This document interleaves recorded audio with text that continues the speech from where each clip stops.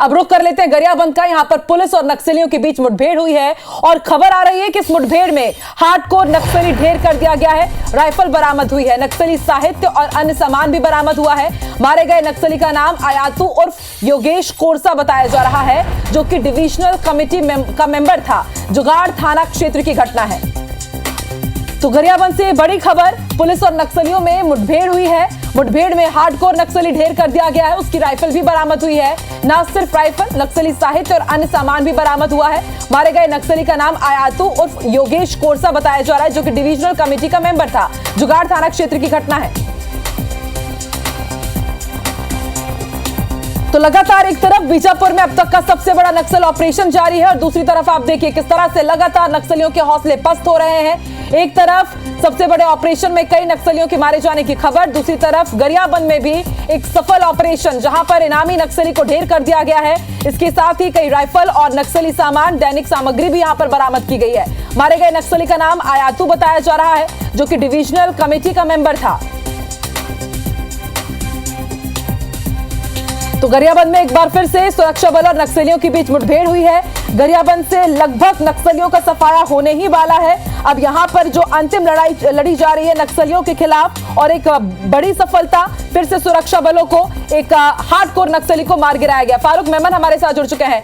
फारूक, कितनी बड़ी सफलता है आयातू उर्फ योगेश कोरसा को मार गिराया गया इस मुठभेड़ में?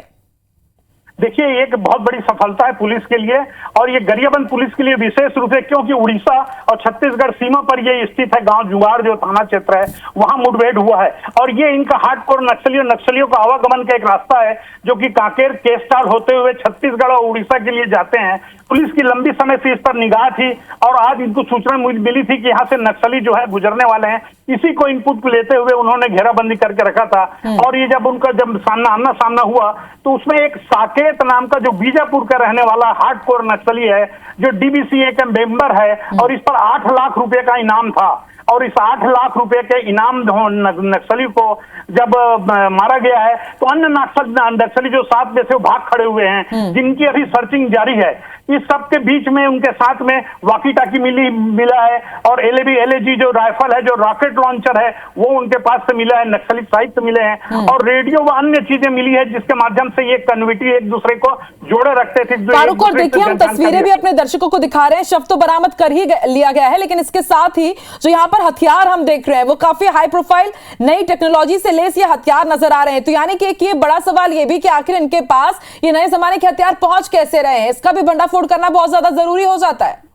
जी बिल्कुल, आपने ठीक कहा। दरअसल हो ही रहा है, जब समय समय पे इन्होंने पुलिस वालों को या अर्धसैनिक बलों को जब लूटपाट किया इन्होंने, या बम विस्फोट करके इन्होंने उनको घायल किया है, उस वक्त उठा करके जब ये ले गए हैं, वो नक्सली अभी जो है उनका हथियार काम आ रहा है, और उसी हथियार के बल पर वो अभी यहाँ पे इस क्षेत्र में दबाव बनाए हुए हैं। और ये हथियार जो है जैसे जैसे इनसे रिकवर किया जा रहा है, जैसे जैसे मुठभेड़ में इनको मारा जा रहा है। पूर्व में आज से लगभग 2 माह पूर्व 16 नक्सलियों को यहाँ मार गिराया गया था गरियाबंद के भालूडीह के जंगल में, और इसी तरह से हथियार बरामद किए गए थे। इस हथियार से यह ज्ञात होता है कि ये जो नक्सली है, हार्डकोर नक्सली है, इसके ऊपर में 8 लाख रुपए का इनाम था।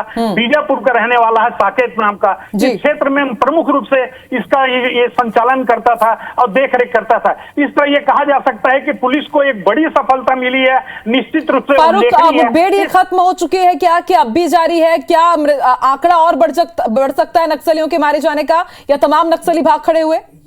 नहीं, देखिए, बीती रात का एक मुठभेड़ हुआ है, और उस मुठभेड़ में जो प्रथम दृष्टि इनको जो मिला है वो एक नक्सली मिला है, लेकिन जो भागे नक्सली हैं उसका अभी भी सर्चिंग कर रहे हैं। E30 जो गरियाबंद की पुलिस है उसकी कामयाबी है। अब जो है सीआरपीएफ और बीएसएफ, अन्य जो हमारे यहाँ जो अर्धसैनिक बल हैं, वो इनका लगातार पीछा कर रहे हैं जो भागे हुए नक्सलियों का, और उनकी खोज खबर ले रहे हैं। ऐसी संभावना है कि आने वाले समय में कल या परसों और इसमें मिल सकते हैं, बॉडी मिल सकता है, या फिर घायल अवस्था में कहीं और ये नक्सली मिल सकते हैं। यहाँ बता देना भी और जरूरी, जहां पहले 16 नक्सली मारे गए थे, वहां पूर्व में 3 नक्सली घायल हुए थे, जिन्होंने बाद में आत्मसमर्पण भी किया था। इससे यह स्पष्ट नजर आता है कि अगर कुछ घायल चाहे वो सिपाही होंगे या घायल जो है वहां पर नक्सली होंगे। वाकई फारूक, बहुत बड़ी सफलता है, जैसा कि आप बता रहे हैं। डीवीसीएम का एक तो एक और नक्सली है, हार्डकोर नक्सली, कई बड़ी वारदातों को इसने अंजाम दिया है, और 8 लाख रुपए का इसके ऊपर इनाम था। अब आप नजर बना के रखिएगा, देखते हैं अब जब सर्च अभियान वहां पर चलाया जा रहा है तो क्या और नक्सलियों के शव यहां पर बरामद होते हैं। शुक्रिया पूरी जानकारी के लिए।